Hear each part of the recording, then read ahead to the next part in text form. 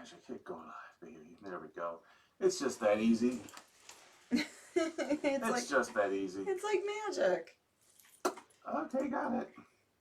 All right, see if we're on there now. Okay. Look how nice. Oh, look how you do that. What's going on there? Hello. What was that? No, just the screen. You can kind of, or the browser. All right, cool. There we are. Cool. 116 for real. Mm-hmm. That's funny. Okay. There's like 17 people right now. Wow. Cool. They haven't all left. Great. They haven't all given up. I don't know why I have captions on here. Oops. New equipment. Woo! Ate all night, feeling all right. Hey guys, happy Friday! Sorry for the delay there. No, we're not, but stuff happens. Stuff happens, and yeah, I just had to get some computer stuff going here. Banana check. Okay, got that. It's like when you get a computer, sometimes it's brand new, sometimes it's like too good, and it has too many settings. Yeah. So we have to learn all the settings on the other computer. But yeah, hopefully you guys are doing good, and it's Friday. Finally! It's Friday, and the snow is melting here in Cleveland, Ohio. Woo-hoo! So that's always nice. Yeah. All right, well, should we just pretend like we're 24 minutes into the show? No. Okay. No. Let's just get this intro going. Let's start the show. All right, let's do this.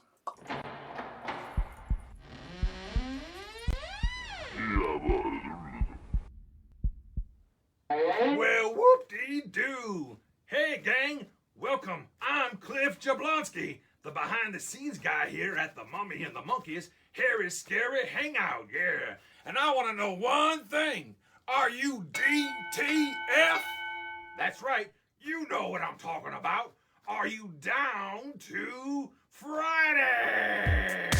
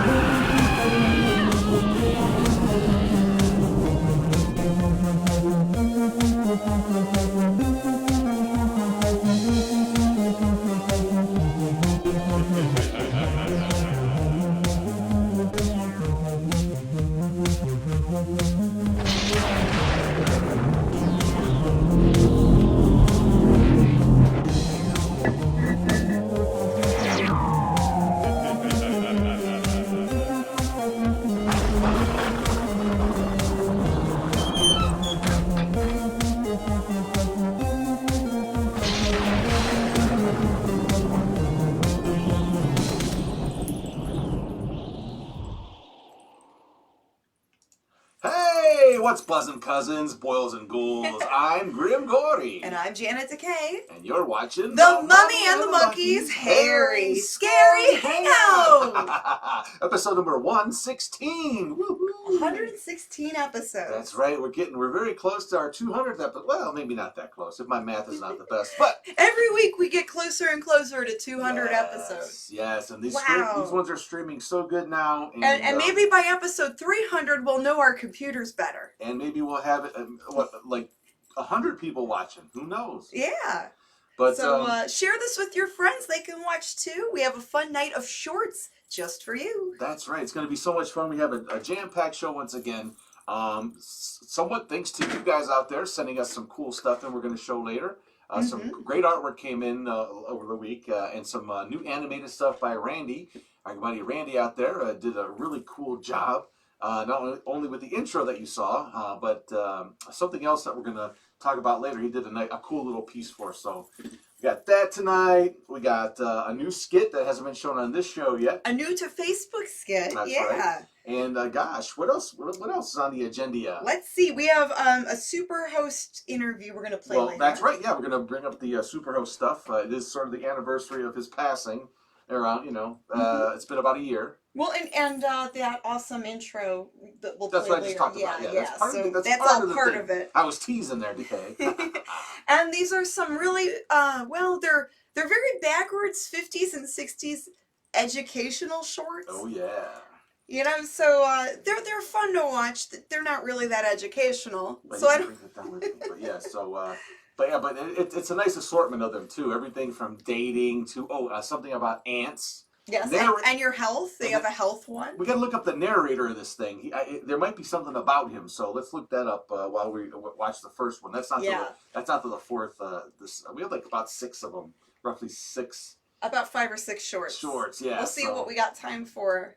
But it's all good, baby. We do have a prize giveaway. Woo! So we decided, since the signed photos seem to be really popular as prizes, all the people who sent us emails last week, you're still in the you're still firmly planted inside Janet's mummy bucket. Yes, you're still in my bucket.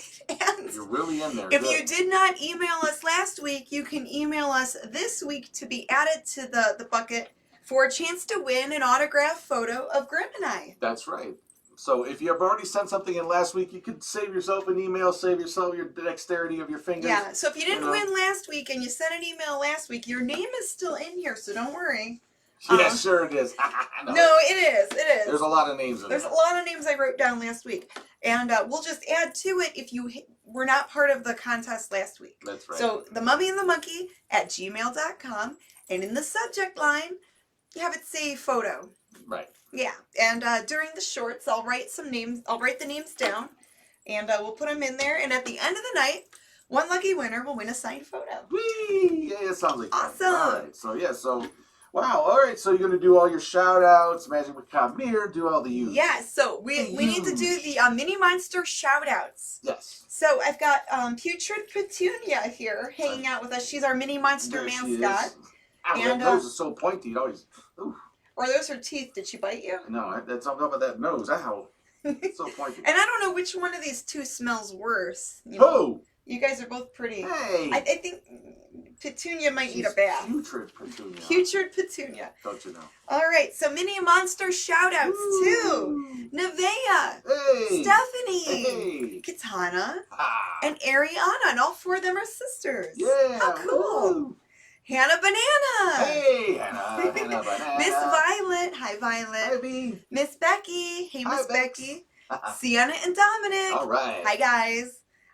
Isabella, Carly, and Miss Cassandra. Oh, Hello there. So cool. Eva and Mackenzie.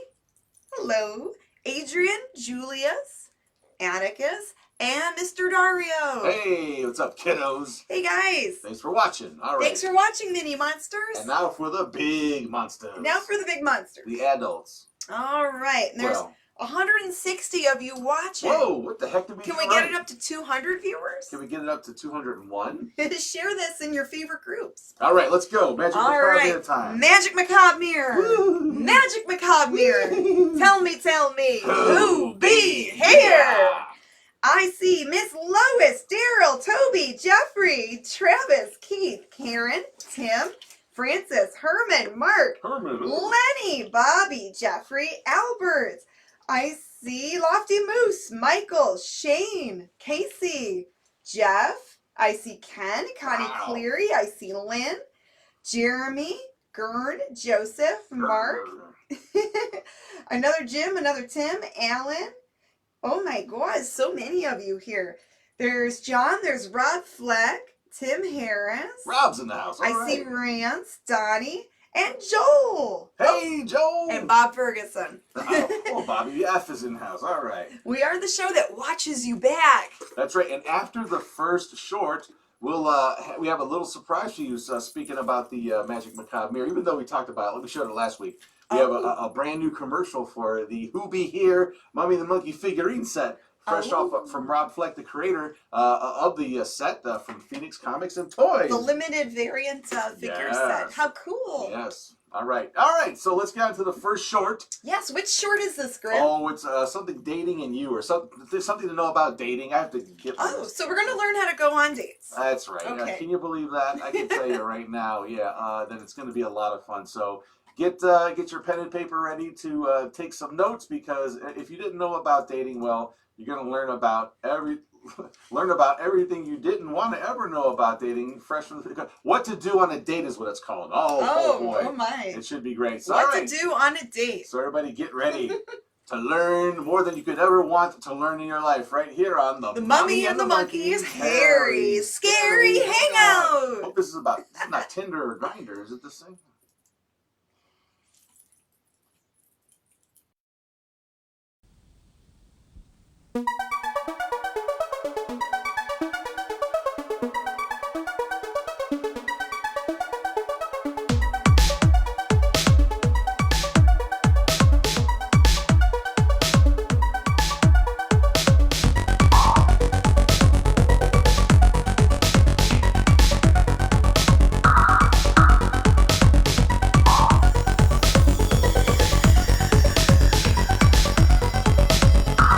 With Jeff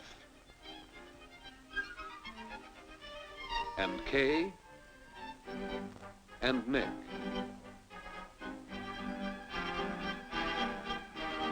Of course, you may not have a problem about what to do on a date, but Nick, well, he has a real dating problem. If he took Kay out on a date, what would they do? Where would they go?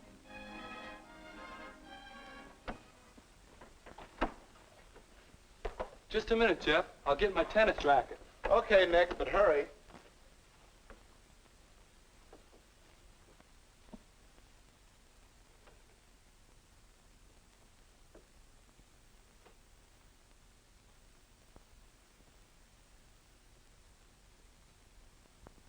Hey, what about asking Kay to come to the community center with us on Friday to fix up that scavenger sale? We could make it a double date. What? You heard what I said. That's no place to take a girl on a date, helping to fix up the scavenger sale. Is it? Why not? On a first date? First date? Yeah. Well, Kay's a swell girl. I was thinking of calling her. Maybe ask her to the show Friday. Good picture, wagon train. Well, hurry up and call her and let's get going. I still have to get my things yet. Call her now? Sure. You know the number, don't you? Okay.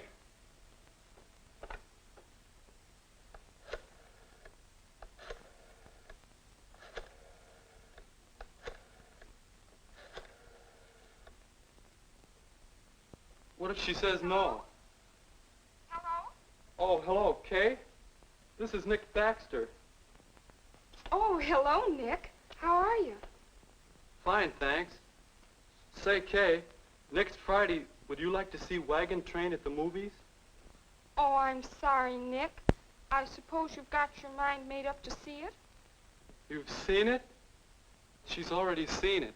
Well, ask her about the scavenger sale. Go ahead. Kay, you wouldn't want to help get the scavenger sale ready at the community center, would you? Oh, I've been hearing about that. Yes, I'd like to very much. You would? All right. I'll call for you then. About 7? Bye. I sure didn't think she'd go to a place like that for a date.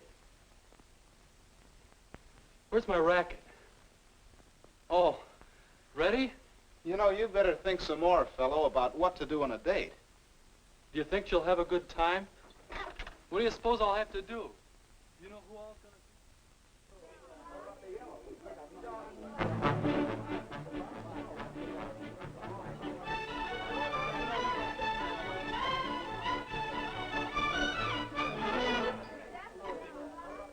Now, you may not have thought of this sort of thing as a place to take a date, but it looks like it could be fun.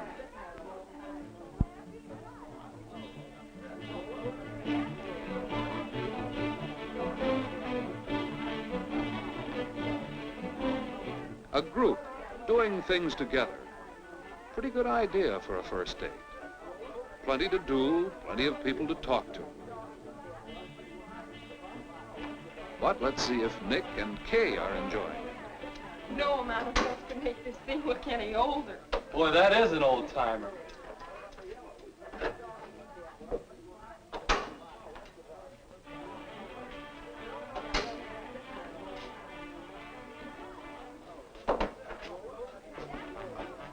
Nick, can you help me put this sign up? Oh, sure.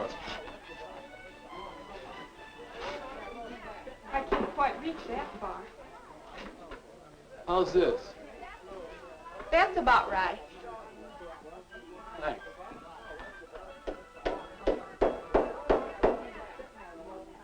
Say, Kay, are you really having a good time? Of course I am.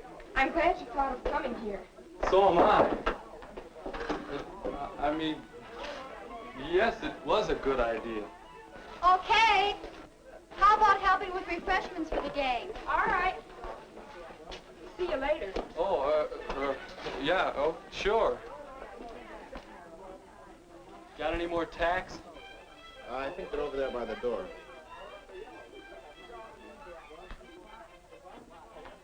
Yes, it was a good idea to come here. How does Jeff get ideas like that? Hey, what's this? Maybe this is where Jeff gets ideas. A list of coming activities. A bike trip. That could be a lot of fun. A chance to do things with a group, to get acquainted. It does look like a good time, if your partner likes it. Would Kay enjoy a bike trip? Or a weenie roast? Another group date. A chance to learn the give and take of working and playing together. Not much arranging needed, not much expense, and that can be important. Could be a fine date, if Kay would like it. Wonder if she'd like to go to a baseball game. A date that's not too involved, one you can carry through comfortably. And there are all sorts of other sports events, inexpensive dates, most of them. Swimming meets, for example. You can find many good ideas for dates. Dates that give you a good chance to get acquainted. And dates that you don't have to worry too much about in advance.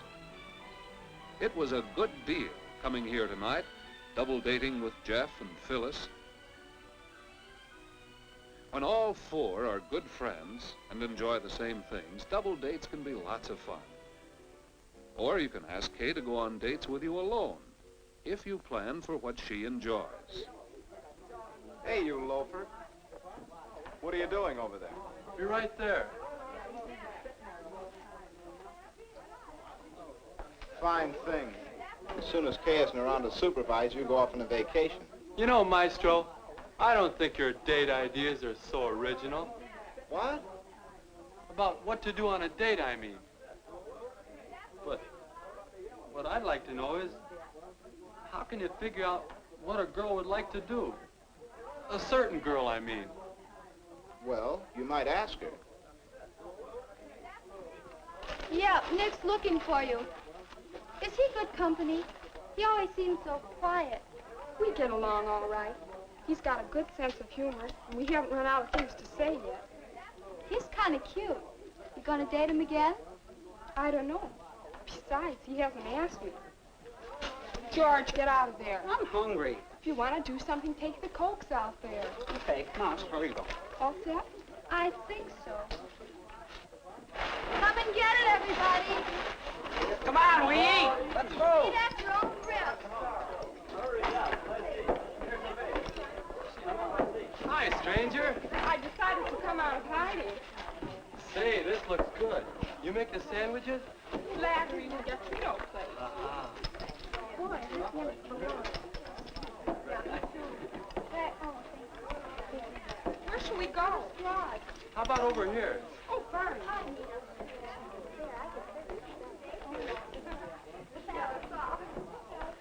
Your table, madame. Thank you, sir. This is fun, isn't it? Yeah. You're sure you like to do things like this? Sure. I thought all girls wanted fellas to take them to fancy places, spend lots of money. Not this girl. You know, I sort of like things like this, too. You won't laugh. I like to go on bicycle trips, too. Do you? And miniature golf. You like that? Yeah, and weenie roasts and square dances. And baseball games and taffy pull. I think they're swell. Say, you like to do lots of things, don't you? Say, Kay, next Friday, there's going to be a weenie roast.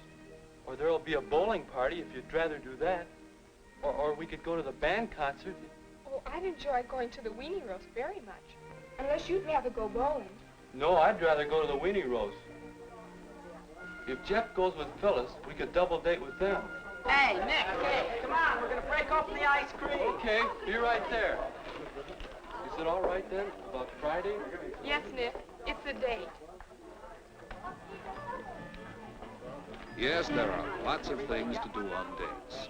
If you know how to look for them, if you plan them with the other person in mind, and if you really try to make sure each date's a good time. If you do these things, you'll know what to do on your date.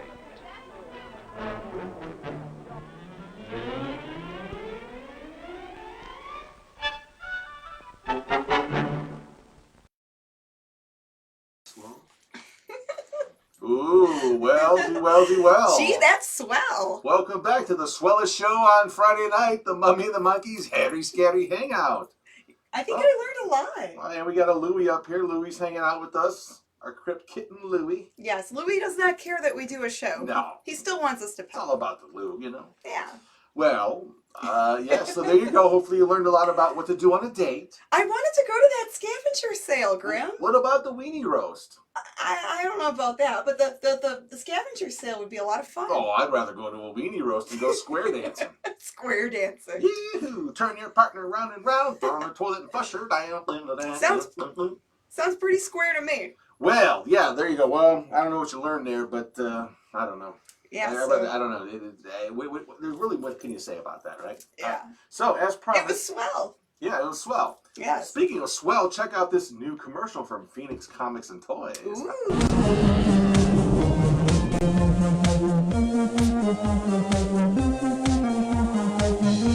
Go! Magic McCopier. Magic McCopier. Tell me. Who be here?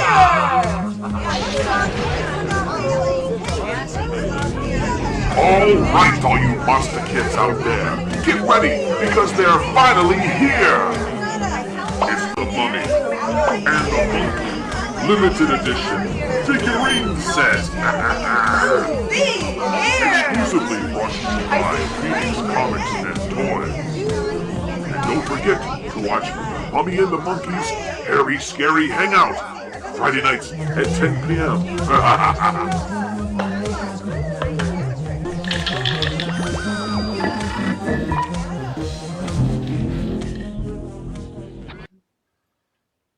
Well, how do you like them apples? Awesome. So yeah, those figurine sets are available through Phoenix Comics and Toys on their Etsy store. Yes, that's right. And they are limited edition, yada, yada, yada. Get them while they're hot. Oh, and all yeah. that goodness. Yeah, but they're really cool. Rob sent us a set last week, and boy, really, really neat. And I designed the packaging for it, so there you go. That's awesome. Yeah, and each set is painted by hand. Yes, So and there's all kinds of stuff available there that they have for sale. Other horror hosts have merchandise through Rob, and Phoenix we even Comics. have Stasha minifigures. That's on right. There. He does have like little minifigurines on the Etsy store too. That is correct. And So thank you, Rob. that's right. So I say we go we fast forward to the 21st century. Ooh, yeah. The 21st century? That's right. Yeah, you ready for this? You're gonna see technology like you've never seen before. The Wow. advancements are amazing. Mind blown. You're gonna wait to see this. So yeah, Let's see this. then after that, we're gonna get into our superhost sort of remembrance. Okay. Awesome. Here we go. Here goes our second short of the night. The 21st century is calling. Yeah. All right, well, let's learn about the It future. really is. How they thought it wasn't Yeah, going to be in the 1960s. This isn't a spam risk, so pick up that call, okay? Mhm. All right.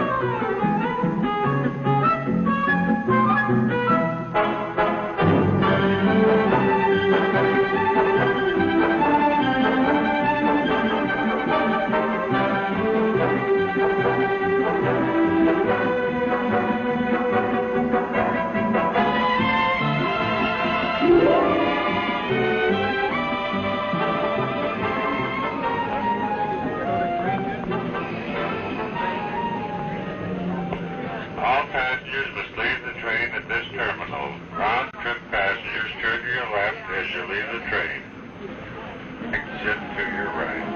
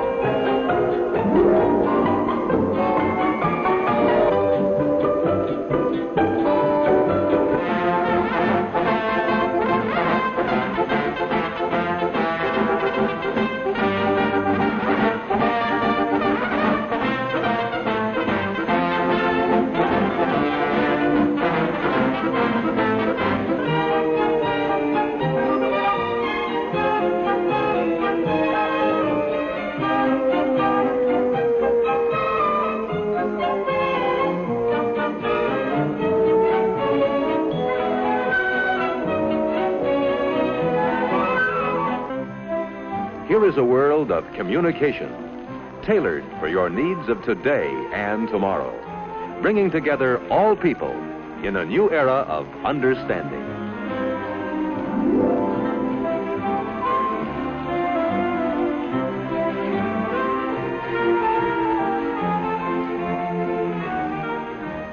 Keeping in touch by means of the amazing new Bell Boy is the Bell System's answer today for doctors, salesmen, delivery men, or anyone who must be available at all times in the fast-paced world of Century 21.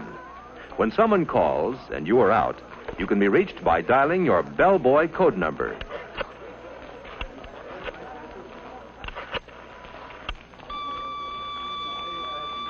When you get a signal on the Bell Boy, you can go to a phone to call your office or home and get the message. This is the automatic dialer. Just listen for dial tone, insert a number card, and press the start bar. The Bell System automatic dialer dials for you more quickly and easily than you can do it yourself. Numbers you call frequently can be punched on small plastic cards. Pick a city, then see how fast direct distance dialing really is. Dial the area code, then the weather report telephone number. Presto, instant weather. With DDD, most calls go through in 20 seconds or less.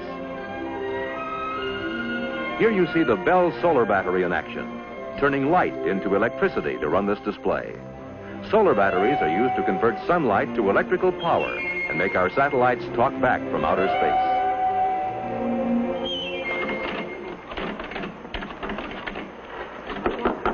Thank you.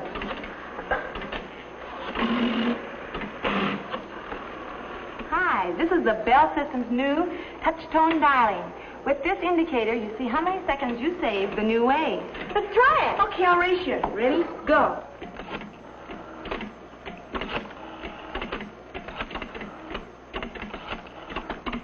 I beat you.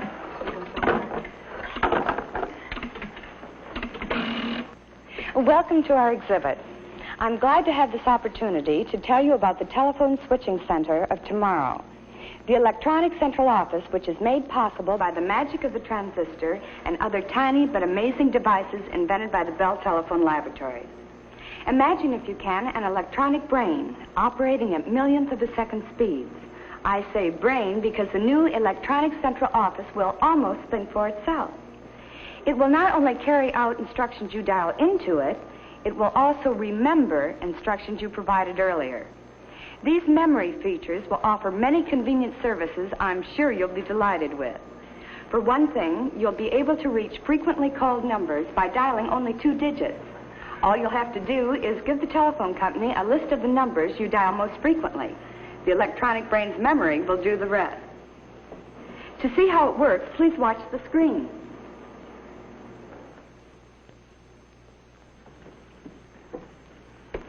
Is it time to phone Grandma?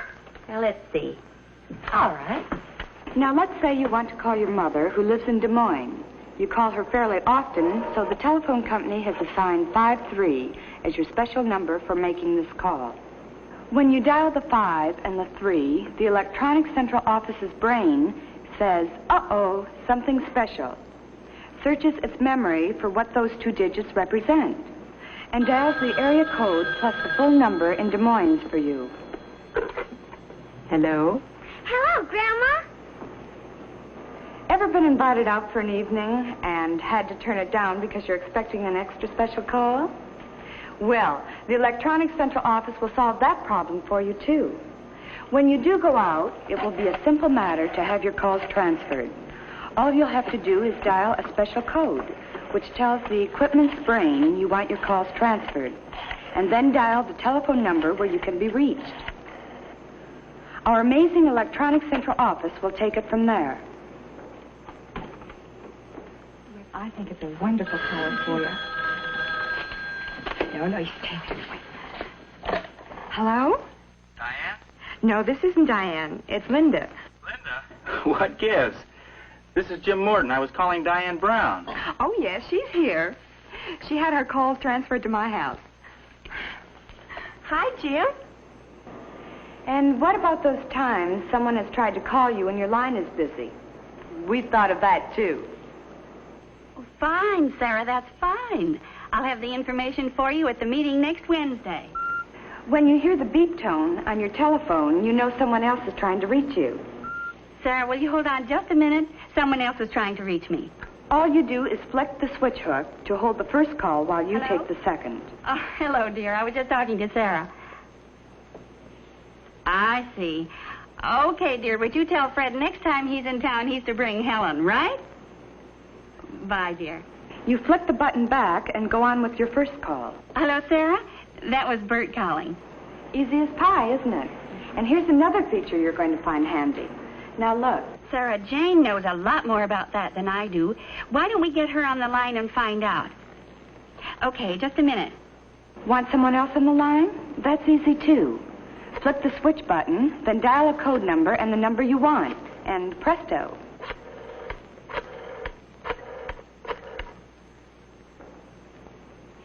Hello, Jane? This is Martha. Listen, I have Sarah on the line, and we want to know what to do about... As we look to the future, we see many extras for tomorrow's telephone users. One day, you may be able to call home and automatically turn off the oven. Or, from a public telephone a couple of 100 miles away, turn on your home air conditioner and have the house nice and cool when you return from your hot trip. It may even be possible to call and water the lawn during that dry spell when you are many miles away on vacation.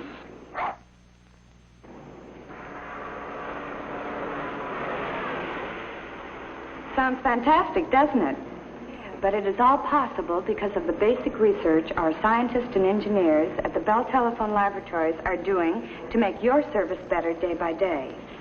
From their work has come breakthrough after breakthrough in science, providing the intricate devices that lie at the heart of your telephone service of tomorrow.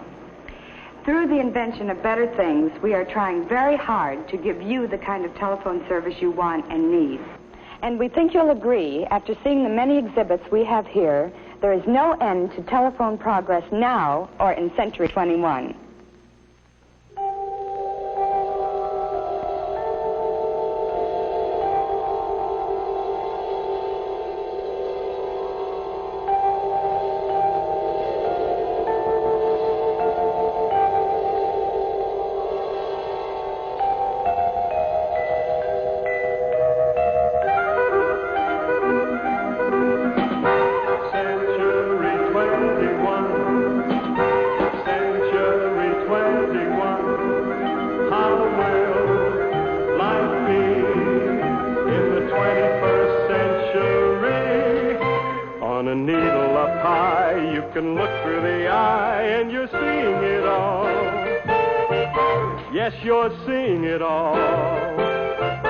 As the present unfolds, what the future beholds, you're elated, fascinated.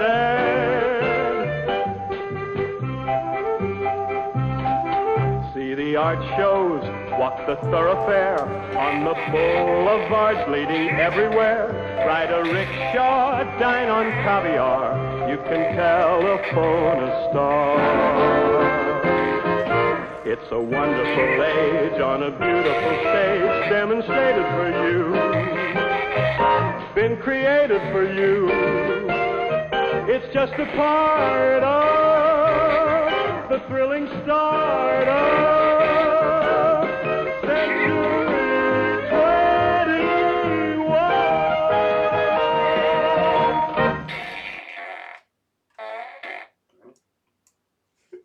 Oh, my. Well, wow. Ooh, wow, I guess they have a lot of flatulence in the future. Maybe we should get in touch with Ohio Bell or the Bell system and see if they can hook us up with a different internet connection. Maybe we can, I don't know, wash our laundry from this show. This show, we should be able to do things through this computer, right? I don't know. There's something to telephones. I think they really do. You know, they might have some sort of everything they could do in that building. You could do on your phone now. You know, it's crazy. Yeah, like all of those devices and computers they had fits on this now. Ridiculous, but hey, makes you wonder what's next. I mean, pretty soon these are going to be all antiquated, right? I mean, they'll look back at this technology at one point and go, they used to carry around that flat brick. Chips in our brains or something. Yeah, we'll be able to make calls just, by picking our nose, whatever, dial your number. It's the future, I'm calling my mother. What do you think I'm doing? Now I'm going to call my wife. Yikes. Anyway, so there you go, the future churcher. All right here on the Mummy and the Monkeys, Hairy Scary Hangout. Yeah, baby. So what do we have planned next, Grimm? Well, we could talk about Superhost if you'd like to. Oh, that would be awesome. Yes, it is a little somber, a little bittersweet, but we did. Yeah, we do miss him. He did pass away around this time last year. But, and we met him previously. It was November of 2019 at Akron Comic-Con. That's right. We were fortunate enough to get an exclusive interview with Marty Superhost Sullivan. That's right. He was a a movie host on Channel 43, whom we get to actually work with a little bit now. We have our skits shown on the Big Bad B-Movie show. Yeah, a little bit. Yeah, and so it's kind of interesting that how this all kind of comes together. But we were, we got the privilege to sit down with Marty, have a one-on-one, and that was facilitated by our buddy Bob Ferguson. Thank you, Bob, for that. Yeah. And wow, it was so great to see them both at the convention, and it was to see the fans meeting Marty. Like you see, grown people, like middle-aged or in their 50s. Oh, and wow. Like, Yeah. you could see in their face, they instantly turn into a little kid again. You can't not Like, help their it. eyes, just had that little glimmer, like they were 10 years old again, and they're watching their, like, TV hero. So yeah, we revamped the interview a little bit. I added a really cool intro by our buddy Randy, who put this together. A nice little, he made a 3D model of the Man Theater set, so it's pretty cool. Wow. So watch out for that. It comes out. Yeah, I right haven't even seen this yet. It's pretty awesome. Grimm saw it. I haven't Let seen me it cue yet. that up for us to watch. Okay, here we go. So, yeah. And then we have something else. Like this, a little interesting thing that happened the other day, and it has a lot. I'll tell you the whole story after. It's a Superhost related thing. So let's watch this Cool. interview that we did with him. Okay. And we'll be back to talk about it right after this. So here we go. Look, in the sky. It's a bird. It's a plane. No, it's Superhost. Give me that shoe. Meet mild-mannered director trainee Henry Bookerstein becomes Superhost. And with powers far beyond those of ordinary men, Superhost brings you Saturday afternoon. And now, Soup's on.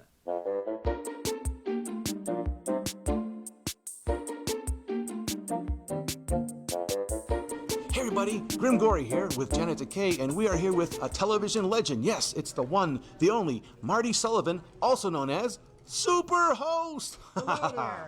Hey, how you doing, Marty? Just fine. How are you? Oh, well, just dandy now. I still can't believe we're sitting here with the TV legend. We're just kind of here, and I'll hang out with you and ask you a few questions about your life and times as Superhost on WAB 43. And I think we're going to start with Janet. So we were watching some older clips, and it looks like it was first called the Superhost Show. So when did it go from the Superhost Show to Saturday Mad Theater? Well, it was original thing was Saturday Mad Theater, and then they changed to Superhost when I started to get some ratings.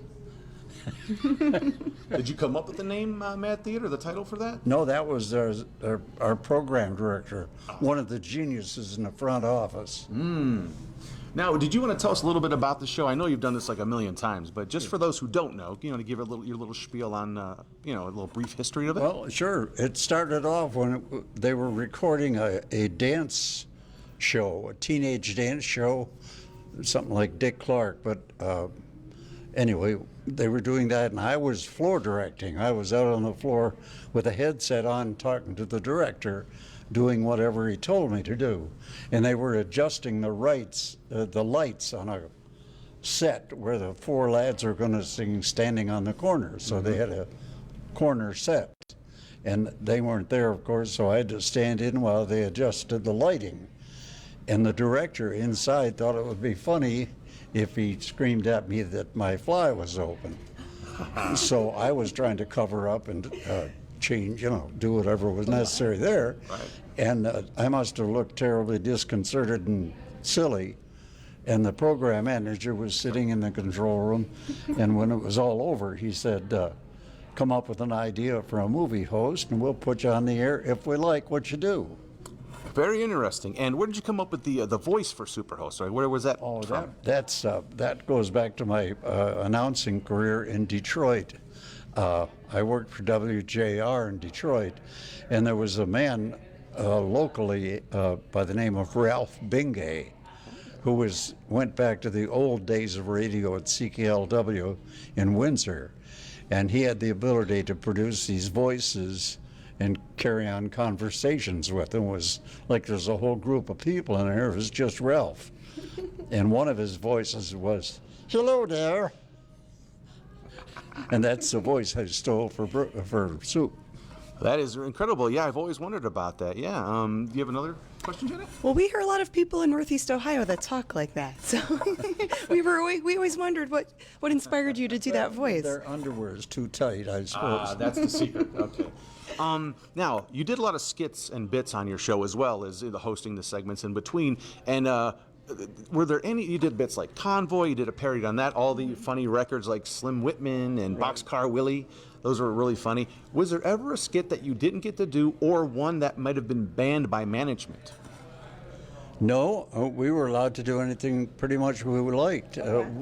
I did one bit with a new director came into the station, Mike Bachman, and we did a bit on the cod, the submarine down the thing. That was parked at in the marina down there. Yes. Right, and we went at this bit. We had all kinds of shooting time and great footage and all that stuff, but the bit just went. It died of boring. Now, you've been interviewed many times, I'm sure. Are there any, is there a question that you would like to be asked? So is there anything you'd like to share with the fans out there that maybe you've never been asked before? Yeah. Why did I come back to Cleveland at this age? It's a good question. Well, the main reason I came, well, two reasons. Number one, I came back to thank all the fans in Cleveland who still send they want autographed pictures and just friends on Facebook and stuff like that. So that was one reason. The other is I have a book out, or in collaboration with Mike Olszewski. I have a book out. It's called From Captain Penny to Superhost. It's available on Amazon and Barnes & Noble, but he said, go to your neighborhood bookstore and buy it.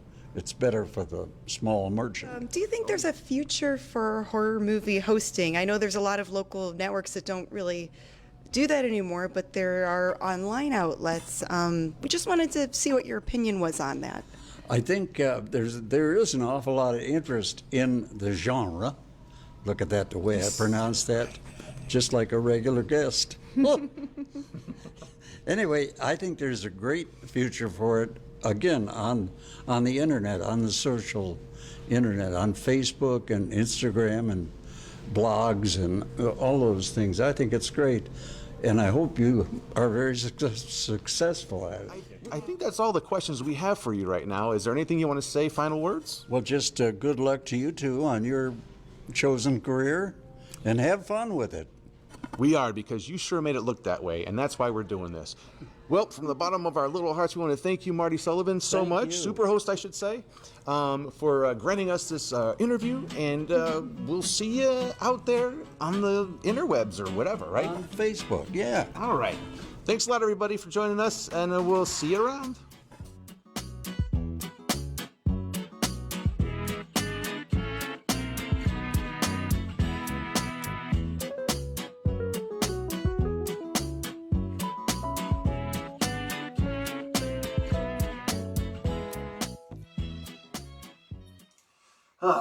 That's just, wow. I don't know. It's bittersweet. Yes, it's, yeah. We really miss Superhost. We miss you, Soup. Whew, man, yeah, it really, yeah. And I just watched, I went through this today, but it's just so different to watch it, knowing that a lot of other people out there that loved him and watched him for the 20 years he was on here in Cleveland, and what he meant to you know, the Monster Kids. You know, he did a different type of movie hosted show on Saturdays on WAB Channel 43. Hosted 2 movies in a row, and before that, an hour of serials like, you know, Dick Tracy or the Bowery Boys or Three Stooges was big. It was like a Saturday afternoon, like a matinee show. 4-hour program. A 4-hour show, and it was Right. you know, mostly geared towards kiddos, but and, you know, it was for anyone to watch. Yeah, but so here's the other part of this. So the intro that you saw, the animated thing that Randy did for us, he was looking for some reference on one of the ticket window part of the Superhost set, and I have a DVD with some skits and stuff on it. So I said, hey, he was looking for some of that reference. I said, you know what? Let me see what I can find for you, so you can finish that little piece out. He was just doing this for fun, and I went ahead and I looked at this DVD I had. It was Soup's last show on the air in early 1990. From 1989 or 1990. Yeah, it was around that time. Yeah. And and wouldn't you know it? Let's put it this way. Rewind. So about a month before Soup's passing, we were in touch with him a little bit, and it was January of 2020. We were talking to him a little bit on the phone. Yeah. And he said during an interview, he made sort of a comment about, I have capes. If you know, I asked him about about having anything left over from the set. Like props and Yeah, things and like he said that. he had some capes, and I kind of joked around, said, "Yeah, I'll buy them off." He goes, "Okay, you just let me know." So we wound up, we sent him a little bit of money, and he sent us a box full of capes, right? So open them up real quick. We showed these before on the show in the past, but maybe you didn't get to see them that well because of our connection. He sent us capes along with this really nice letter that we need to get framed, okay? Handwritten by Soup himself. Very, very, very beautiful letter. To the Harmons, hi, thanks for all the goodies you sent. Oh, we sent them a few things with the money too. Here's the capes and trunks we talked about. They were made by Betty, what is that last name? By Betty, I'll just say, now deceased. A good friend from the good old days of Soup. Hope you all are happy. Say hi to Bob Ferguson. Hi, Bob Ferguson. We go back a long time. But best of luck. Break a leg.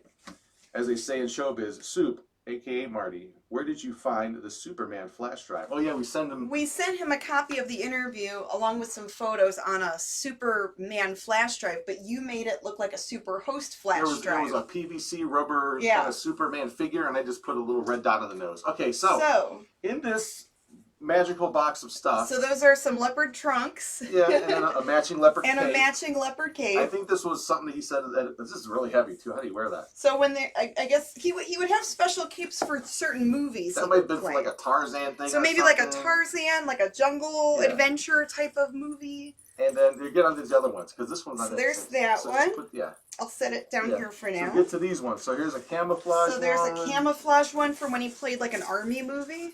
Here's a green one. Camo cape. For St. Patrick's Day. A green one for St. Patty's Day. And a bunch of other ones too. And here's this orange one, right? And then an orange one for Cleveland Browns. Yeah. So now for the playoffs, right? Yes. Well, yeah. Okay. Ooh, you did something. Why is it blue? What's going on? Oh, it just kind of. I think it's from the different. Yeah, that's the crazy. fabric. The camera's good. picking it up. Funny. That's good. So. Okay. So when I was going through this DVD last night to find reference for Randy, on his last show, he did a segment on this last show that he aired about packing up and going back to Krypton. He's leaving because it was the last show, and wouldn't you know it? Someone says try them on. I might for coming up. Maybe for a different episode or a skit or I've seen this before, but it just didn't register until last night. Again, close to the time when. It's the anniversary of Soup's passing, and kind of close to the time when he, sent us this stuff. And wouldn't you know it, in that video, he is packing up these capes. Oh, there it is. Those are the capes. And he explains what they're for. That was for a war movie that they showed. Wow. And there's the camo stuff. And, he's packing these things up in a red bag. There's the orange Cleveland Browns cape. And nice. He explains that was when they were in the playoffs back then, or getting ready to go to a playoff game. And then he also holds up the green cape and trunks for St. Patrick's Day, he said. I'm sure he wore them for a St. Patrick's Day show, and I believe Marty was Irish, so of Irish descent. So, wow, that really it hit me right between my four eyes here. I was like, oh my gosh, I had no idea. Yeah. He told us what they were in the note and everything, and we talked to him on the phone. And but I had no idea there was DVD. There was that this was actually documented in something that aired on Channel 43 back in the day. So wow, there's provenance. So there's video evidence that those were his capes. Whatever that is, yeah. Yeah. So didn't even know until last night. So rest in peace, Marty. We know you're still out there. Thanks for saying hi to us through this. Thank you, Superhost, and for the memories. No, we won't forget you. We know that. I don't think a lot of Clevelanders ever will forget you. You were a pretty big part of a lot of our lives. So thank you, Marty. All right. Well, let's lighten things up with another silly video. Sorry. And then we're gonna play some really cool artwork that fans sent us. Play their artwork. We'll show the artwork, not play the art. All right. What do I got up for this third one? Oh, this is about posture. Oh, what time is it? Yeah, we can show us. So we're gonna learn about posture. So everyone sit up straight. Okay, so we need to sit up straight. That's right. You're gonna go back to the 50s, learn how to sit like a 50s person. Do I need to balance a book on my head or something? You can do whatever you want. You still look good, kiddo. All right. Get ready to learn about your posture for your health, right here on the Mummy and the Monkeys Hairy Scary Hangout.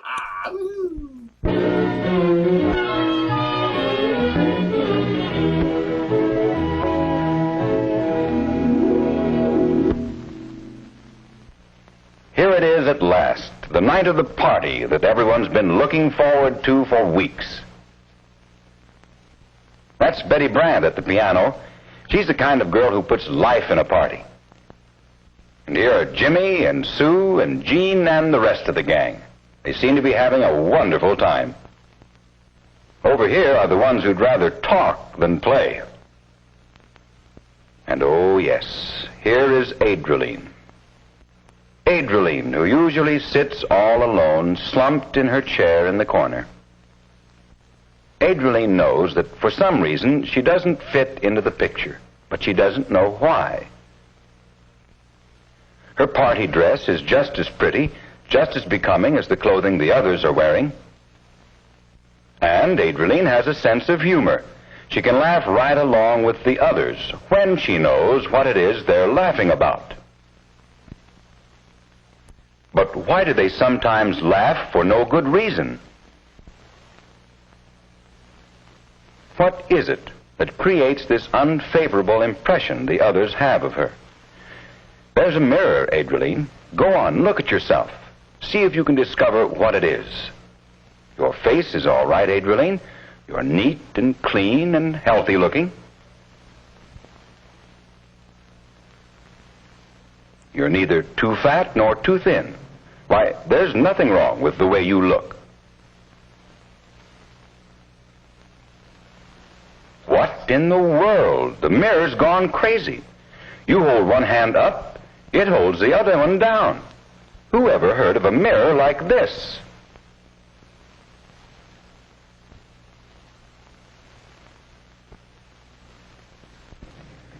Now look here, you. You're supposed to do what I do. You're supposed to show me how I look. No, you listen to me for a change.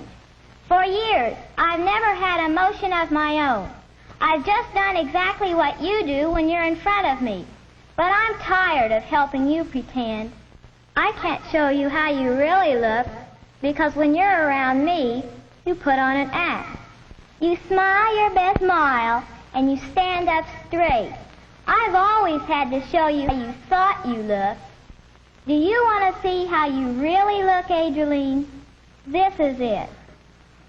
Your head pokes forward, your shoulders slump, your stomach. Well, take a look.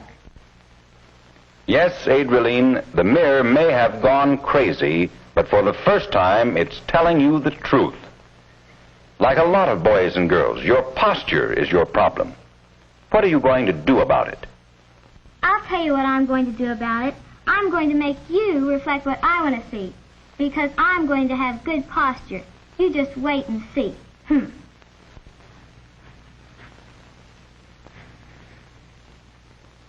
Atta girl, Adrienne.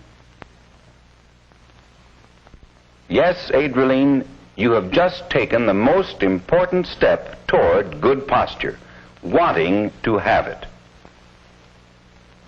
But determination isn't always enough. What is good posture? How can you make it a habit? Maybe you'd better ask someone for help. Your friend Tom? No, his posture is not much better than yours. The best person to ask might be Mr. Riley, your science teacher. He has been teaching you some other things about health. Maybe he can give you some pointers about posture. When you and Tom tell Mr. Riley about your problem, he agrees that posture is important to all young people. So important that he will ask Dr. Martin to come to class to talk with you about it. Dr. Martin is not concerned with how poor posture makes you look to other people. He talks about what good posture means to your health. In the first place, poor posture may be a sign of something wrong with you. You may be run down physically, or overtired, or upset. You need a thorough checkup by your family doctor to discover the cause of your posture defects. Even if your poor posture is only a matter of careless habits, you should see a doctor before you start corrective measures. You see, our skeletons and muscles are designed to support our vital organs so that they can do their best work. If we sag, these organs are pushed out of their proper positions. The muscles are stretched, too, under a strain which they were not designed to take. Stretched muscles and displaced organs tire more quickly and work less efficiently. The health of the whole body is affected. And here's where habit comes in. If you usually slump when you're sitting or walking, as this boy does, your body will accustom itself to poor posture so that it actually becomes difficult for you to sit up tall or walk correctly. To develop good posture habits, the kind this girl has, there are several things you must do. First, exercise. Go in for active, stretching, bending games which will build good, hard muscles to help hold your body in line. Work will do it, too. Any activity which takes balancing or stretching is good for developing the muscles of your shoulders and chest.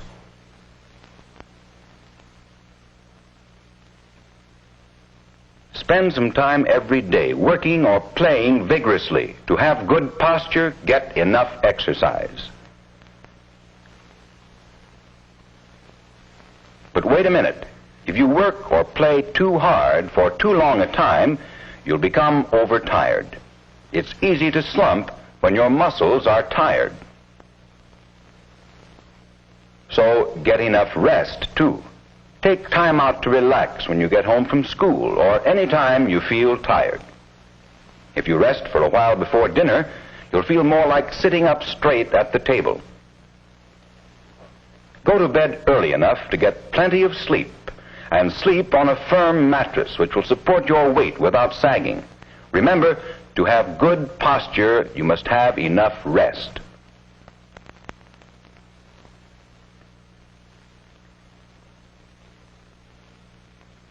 Your shoes are important to your posture, too.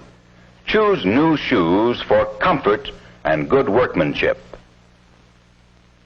Your shoes should be long enough and wide enough to allow your feet action room and sturdily made to give your foot complete protection and support. Wear the proper shoes.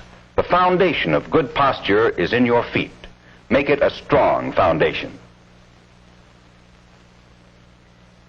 Yes, Adrienne, Dr. Martin has given you and your classmates a new idea of the importance of good posture. You know now how important it is to your health. He has pointed out 3 important ways a healthy person can develop what it takes for good posture. Boys and girls must eat foods which help keep them well. Only a healthy body can respond to the training which makes good posture a habit. Fortunately, most of you have good health. You're all set to train your body in good posture habits. But what is good posture? Is it the ramrod stiffness of a parade marcher? No. Good standing posture is a comfortable, easy position, such that a straight line could be drawn from your ear through your shoulder, the center of your hip, and your ankle. When you stand and walk with your body in a straight line, you don't have to throw out your chest, and your stomach flattens out naturally. Good sitting posture means sitting with your head directly above your hips, with your hips and back against the chair. Your feet should be flat on the floor. That's all there is to it, Adrienne. It seems easy, doesn't it? But it's not as easy as it looks. You can't expect to correct posture defects overnight. You'll have to find out from your doctor which exercises will help you the most, and then practice those exercises regularly. Your teachers and your parents will give you encouragement, but the standing tall and walking tall are up to you. You and Tom already have the will for good posture. Now you know the ways. If both of you practice good posture until it's second nature, well, Tom is going to have a set of habits that can make him look better and feel better all of his life. But you, Adrienne, you can not only do good things for your health, but before too long you can walk right up to that crazy mirror in your room, and this time the mirror will be surprised. You will have the last laugh. And what is more important, you'll know that you can be proud of your posture.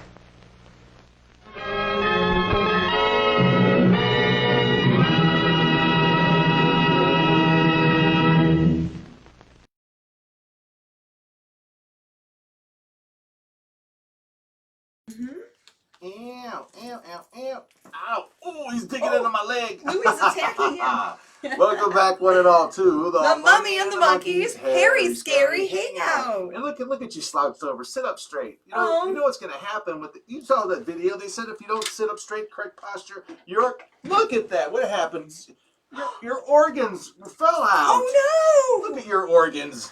All because I didn't sit up straight and have good posture. Yeah, see, kids. Oh, darn. Well, now you got to sit there. Let me go get some Mercurochrome and some Band-Aids, maybe, some steri strips. Maybe some control top tights would help. We'll get you all fixed up there, okay? Yeah, there, maybe we can tuck all this back in. Yeah, well, yeah. Okay, so there's that. Here, we just put them back on the floor. I swept up. They'll be okay. Oh, okay. Yeah. Well, we'll just set them there for now. All right. Don't eat her organs, Louie. No, Louie, don't eat the organs. Right, so there you go. All right. Now what? What are we showing next, Grimm? We should go through some stills and talk about what's going on. If you want to, you still have time to enter the contest for tonight, the giveaway. Yes. So, well, here's the thing: if you've already sent us an email last week, yeah, you're already in the drawing. If you weren't watching last week and didn't participate, you can send us an email to themummyandthemonkey@gmail.com. And in the subject line, have it say photo. The prize is a signed, an autographed photo of Grimm and I. That's right. So yeah, so let's we have some do something here. Okay. Oop. So what are we going to show next? Well, we have because I was thinking the artists. We should share their. I have that in the what do you do for whatever reason because it's all pics. So a little bit later. Let's go down. Okay, so here's something good to talk about. So. Our buddy Joel from The Shelter Life, a great cartoonist, great guy, really funny dude, very entertaining with his cartooning. Check him out. He's got a birthday coming up. He does. So check out his Facebook page. He has his address, mailing address, and other information if you want to contact him. Send him a card, a birthday card. Why not? Hey, it's good to receive stuff like that still. And you can find out all about that on his Facebook page, The Shelter Live. That's right. And if you want to suggest to the Rondo Hatton Classic Horror Awards that the Mummy and the Monkey should be on the list to vote for best horror host. To be on the ballot for best horror host, just to be on the ballot for that category. So yeah, you can go on rondoaward.com or you can email taraco@aol.com and suggest that the Mummy and the Monkey be put on the ballot if you like. That's right. And speaking of Channel 43, don't miss the Big Bad Bee movie show tomorrow night at 8 p.m. Locally here in Cleveland, and they do archive the shows on their website, so check them out because you might see a Mummy the Monkey in there at some point, right? We have some skits that we send in, so we pop up there on every episode, so please check out Lenora and Leopold on the Big Bad Bee movie show, baby. And if you want some interesting stuff to give as a gift, hit up our friend Chris on her Etsy store, Simply Wicked Decor. She has really cool stuff that she's already made and can make customized creepily for you. So that's that there. And speaking of stuff for sale, we also have stuff for sale. One place you can find things is on Teespring. Yes, we have a Teespring store, but they are it's the same link, but they're just changing the name to Spring. Yeah. They have we have t-shirts, hoodies, tank tops, kids t-shirts, long sleeve shirts, ladies fitted t-shirts, men's comfy relaxed t-shirts, and there's a variety to choose from, different designs, different colors, and teespring.com. Yeah, check out the flavors, check out the savors, whatever that means. I don't know. And the link is also on our website, themummyandthemonkey.com, and it does support the channel. It supports what we do. That's right. We can buy mac and cheese. And after this, immediately following the Hairy Scary Hangout, we switch the channel and go over to our YouTube channel for the Mummy and the Monkey's Hairy Scary Hangover, baby. Yeah, where we talk about whatever we're going to talk about for a little while. So yeah, so maybe you can check us out there. We'll download. We'll have a good time. We'll just keep on hanging out. All right? Yeah, and we have some fun things we're going to talk about tonight. Yeah. on the Hangover. And if you're looking for our page, you know, on YouTube, it's the Mummy and the Monkey, and it should look like that. You'll see that banner right there. Okay. Yes. All right. So we got all of that out of the way and done and talked about. Very, very good. Well, and going back to the Rondo thing, so the Rondo Awards are kind of like the Oscars for horror, the horror film community. It's not just about horror hosts. There is a horror host category, but there's also movies, short films, books, magazines, anything that's horror related. They have different categories. So if you want certain things on the ballot, you can email him to request it. And then I believe next month or possibly April is when they do the voting. So yeah, we're going to keep a lookout to see when they're going to have the voting. Yes, and make yourself at home, Louie. It's okay. Louie's You're taking good, over brother. the show here. He seems like he belongs here. Hey, you know what? I think so. You have a regular gig. You know, you can be here anytime you want. Please, you dress up the set. We love you. Yeah, he could be the new host. Yeah. Take it away, Lou. The Mummy and the Monkey and the Louie Show. Look in the camera there, Lou. Check it out. Louie, say hi. Anyway, so yeah, we have more show to go here. Yeah. And let's see. We still have a skit. We could show that after. We'll show that after this next short, which I'm really looking forward to watching. It is about ants. Okay. About ants? Yeah, it's called the Ant City. Ant City. Oh, so we're going to learn about ants? Now, but what about the uncles? That maybe next time. Oh, so we're not going to learn about just uncles the tonight? ants this time. Just the ants. The Okay. narrator, what was his name? We looked it up. I can't remember. But anyway, he narrated a short in the past. If you've been watching these, and I think that what was the subject? It was about hairstyles. That's right. It was from the 50s. This fella was. We looked him up real quick, and his I can't name think is of the name in the right credits now. before it, but Yeah. I don't think he's been drinking, but it kind of sounds like it. It's really fun. Well, so. he's a radio personality, and I guess that's his It's an sense of affect. humor. Yeah, it's just how he talks. But you'll get it when you listen to it. It's so entertaining. Just listening to him is great. So he narrates Ant City. So let's not delay. Let's get the ants in our pants and check out Ant City. All right, let's check And out then the a next skit clip. right after that. All right. Woohoo! And then we'll have our What Do You Do segment after. We will. With We'll get to the all of artists, that, baby. yeah. We'll get to all that right here on The Mummy and the Monkey's Hairy Scary Hangout. Ant City. Here we go. John Kieran.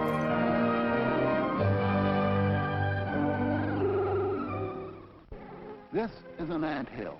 In fact, it's an ant city, and a good-sized one.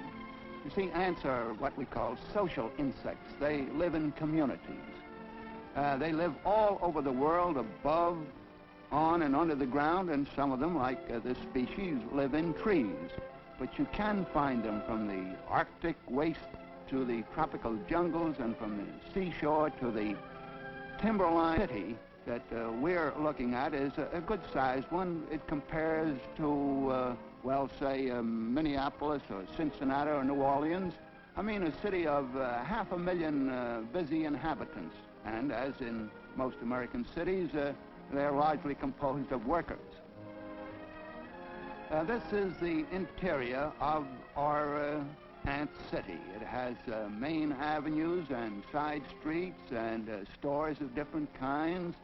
And the workers are busy storing food, taking care of the young, maintaining the exits, the city gates, doing all sorts of work.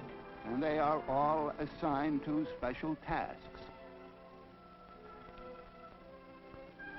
Now, this is a queen. There are a few queens in each ant community. All they do is lay eggs. You'll notice their peculiar shape. The rear section is like a large, shining inkberry. And at certain seasons of the year, there are winged males that appear. Now, the queen does nothing but lay eggs, those small, gelatinous-looking things that you see. And inside those, there develops the grub. There's a magnified set of eggs showing the grubs developing inside. These are called larvae, L-A-R-V-A. The worker ants, which are sterile females, by the way, take care of the eggs, carry them to the incubator room, so to speak, and see that they're not spoiled. Take care of them in cold weather and warm weather. And here we see some of the larvae that have just hatched out of the egg. And there the workers appear to take care of the newborn larva right away. They clean it and carry it off to the, well, you might call it the playroom. This larva very shortly will spin a cocoon for itself and go to sleep inside there while it changes into the shape and form of the adult ant. Now here are some of those cocoons, and incidentally, these cocoons are what are sold as ant eggs in pet shops as food for fish or birds or whatever. But they are not the eggs. We see these are the larvae inside the cocoon that they have spun for themselves. Now these workers move them about according to the weather. When it's nice and sunny, they take these cocoons and carry them up where they can get some warmth and a touch of sunlight.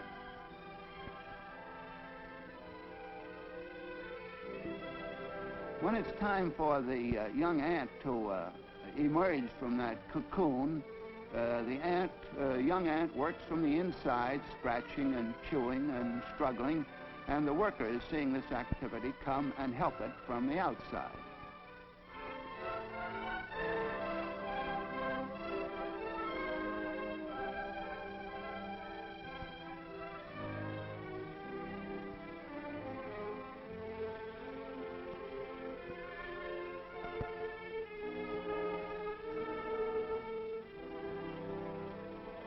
Well, that's the young ant finally emerging from the casing that it spun for itself, the cocoon.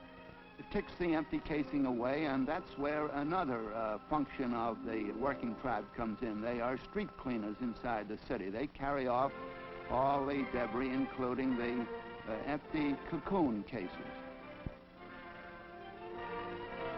As I said, at certain seasons, there are winged forms in the ant colony. The queen develops wings, and also the males appear at this season of the year only, and they are winged. Where you see one winged male appear, you know that the season is on, and there will be a lot of them shortly. Now here are the males milling around looking for the queen to show up. And there is the queen, the large one in the middle. It's almost twice as large as the males. Well, the males start displaying and going into their song and dance to see if they can win the hand of the female, who leaves the nest and goes to some elevated position outside. There the males fight for her favor, and finally one groom is chosen, and they go off on their wedding trip.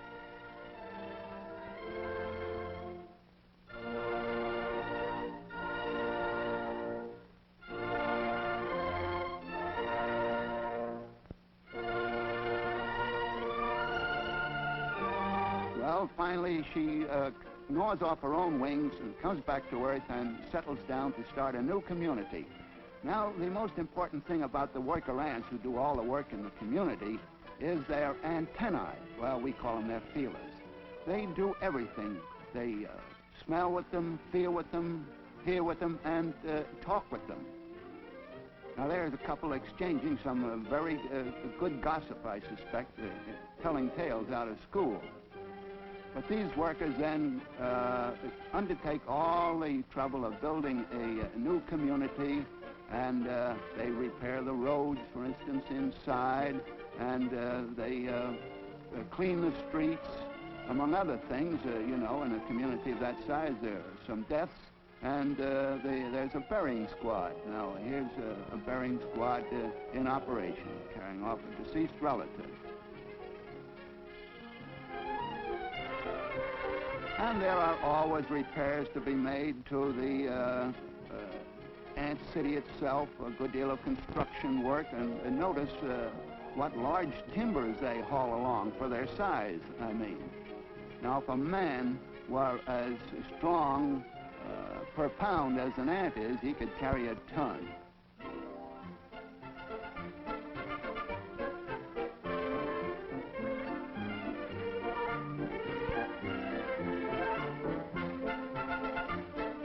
And, of course, there are the food crews, too, and the ants go out and attack caterpillars and things like that that are a good deal larger than they are themselves. Incidentally, they inject a little formic acid into their victims, and that helps to stupefy them. But when they have them, why, they gang up and carry them off like this, and when they get them to the ant city, each one has his share of the food. They drag in moths and butterflies and caterpillars and grasshoppers, and so in that way they are beneficial to the garden.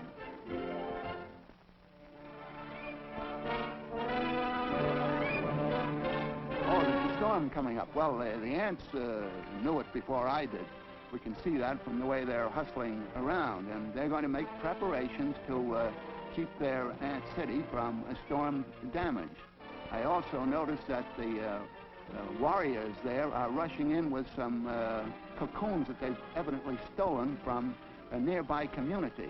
You know, ants do that. They kidnap cocoons from other communities and make slaves of those young ants when they emerge. Well, in addition to hiding their stolen goods, the ants here are carrying down the cocoons from the fair weather position up near the entrance to the stormy weather cellars.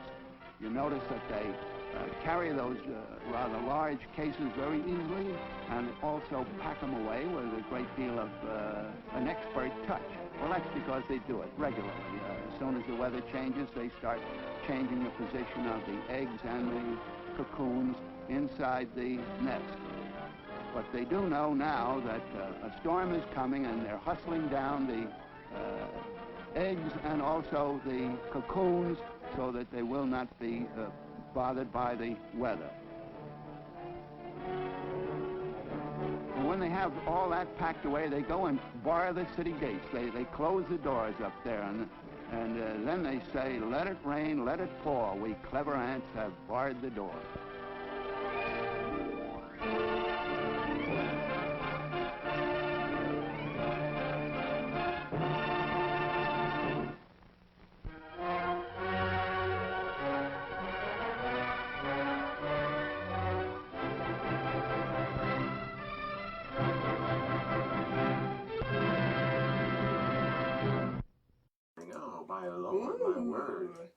Ooh, more about ants than I ever wanted to know. Wow, we learned so much. Thank you for coming back to the Hairy Scary Hangout, and this is wow, that guy. He just sounded so confused. Well, I think that was his delivery. I think it seems that he had some sort of a little series of stuff. John Kieran's Kaleidoscope must have been a little video series he did, film things and different subjects. So there you go. Yeah, we did look him up. He was a radio personality back in the day, and maybe because he has that kind of quirky way of saying things. Well, these ants in the lava. Oh my! I loved it. So on to the next thing. Oh, we didn't show that skit. Oh, I should have went to that skit. Oh well. Well, we could play the skit after. We could. Maybe towards the end. So you want to do What Do You Do, huh? Yeah, let's play the What Do You Do segment. Here we go. What do you do when you're watching the Hangout? Do you watch on your PC? Do you watch on your phone, in a group or alone? Send us pics and let us see. What do you do when you're watching the Hangout? Does your Hairy Scary show? Do you watch with your dog, or you sleep like a log? Send us pics and let us know, yeah. Okay, here we go. The first one is from Lynn Lasky. I guess she watches the show with her puppy dog there. Oh, isn't that cute? How cute. This next one is from Cecil Niebarger. And that's his tribute to the Ghoul. He misses Ron Sweet, he says, and don't we all? That's another horror host we lost in the last few years. That's his tribute to Ron Sweet, the Ghoul. Very cool. Thanks, Cecil. This isn't. We know who he is. This is Cliff Jablonski by our good buddy Randy. He did this really, really nice sort of 3D version of Cliffy Baby. Look at that. Very cool. And that's what I guess Randy kind of maybe works when he watches our show. This next series of drawings is from Marty Garcia yes. from Cleveland. That's right.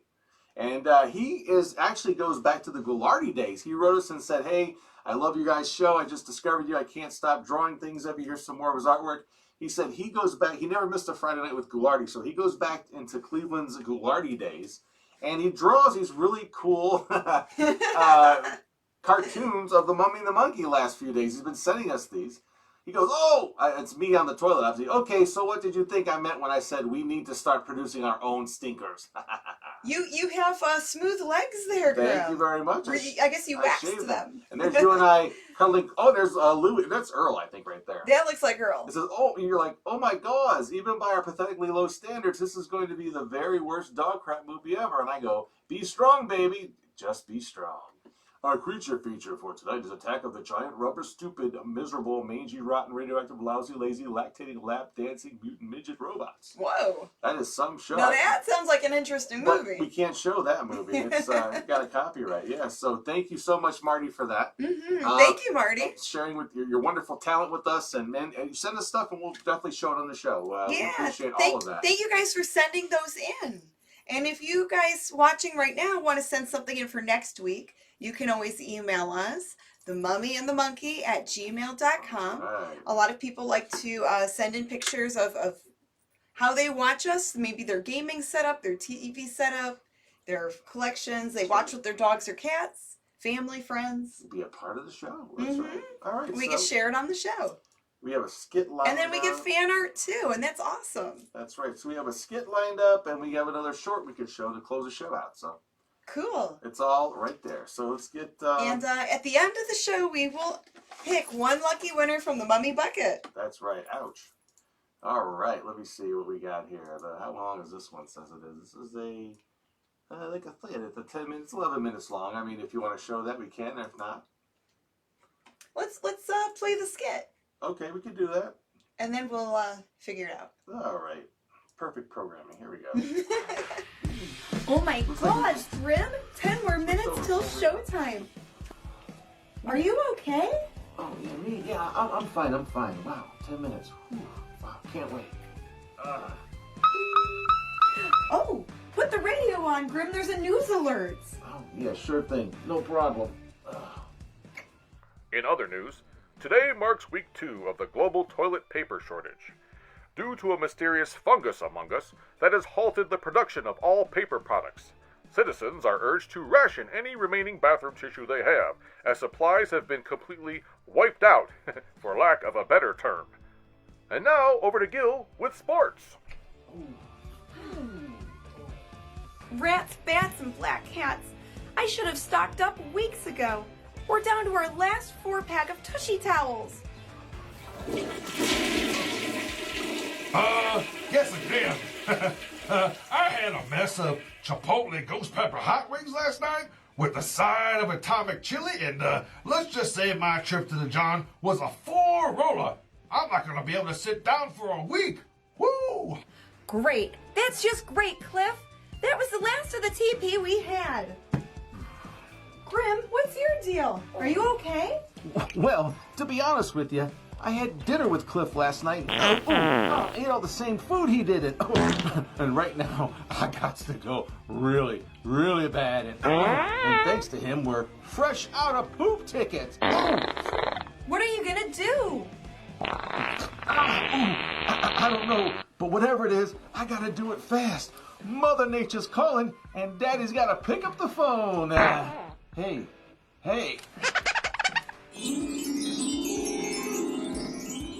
Oh, Grim, don't look at me like that. No.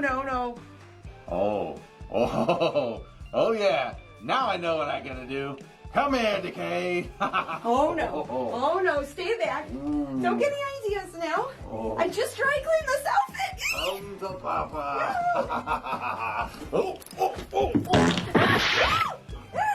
Get away, Grim. Come back here, Decay.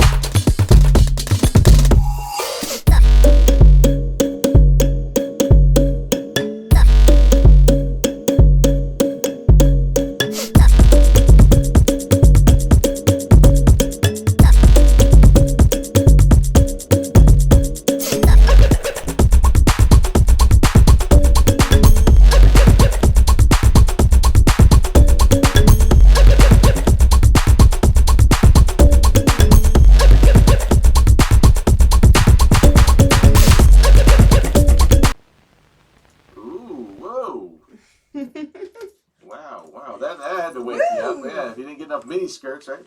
Yeah. Anyway, there you go. wow. So yeah, I think that we'll have to end as far as shorts go with that last mini skirt one in our skit.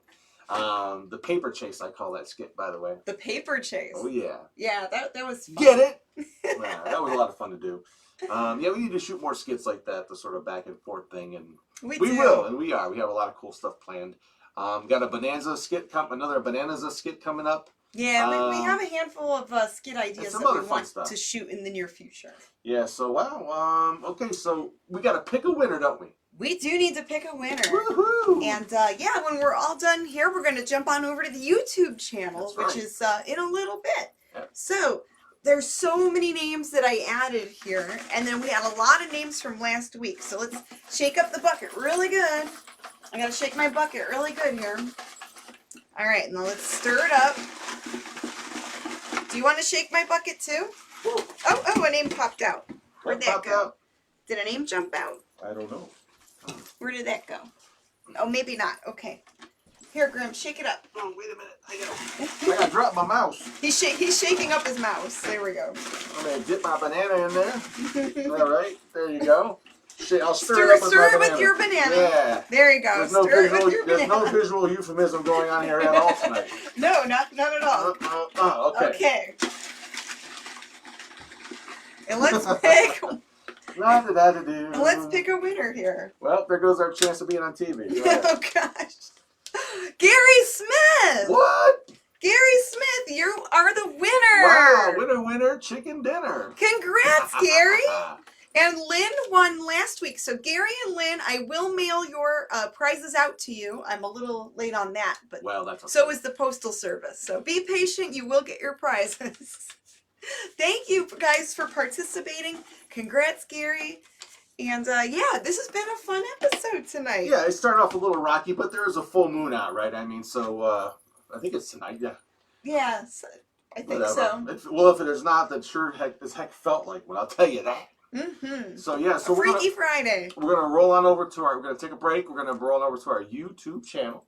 Yes. That is the Mummy and the Monkey on YouTube, and we'll have more discussions there. We'll kind of carry on the programming. But we want to thank you all for joining us tonight on our shorts night. Thank you so much in this cold. Is it March yet? It's getting ready to be. It's almost March. Yeah, and late February night. But yeah, and we'll do it all next week. Same Mummy Monkey time, same Mummy Monkey channel. And we'll bring back a monster movie with sound effects this time. That's right. Yeah. All right. So we'll see you later, alligators, right here on the Mummy and the Monkeys Hairy Scary Hangout. Thanks for joining, guys. Good night. Good fright. Mwah. Bye bye. Dun, dun, dun, dun,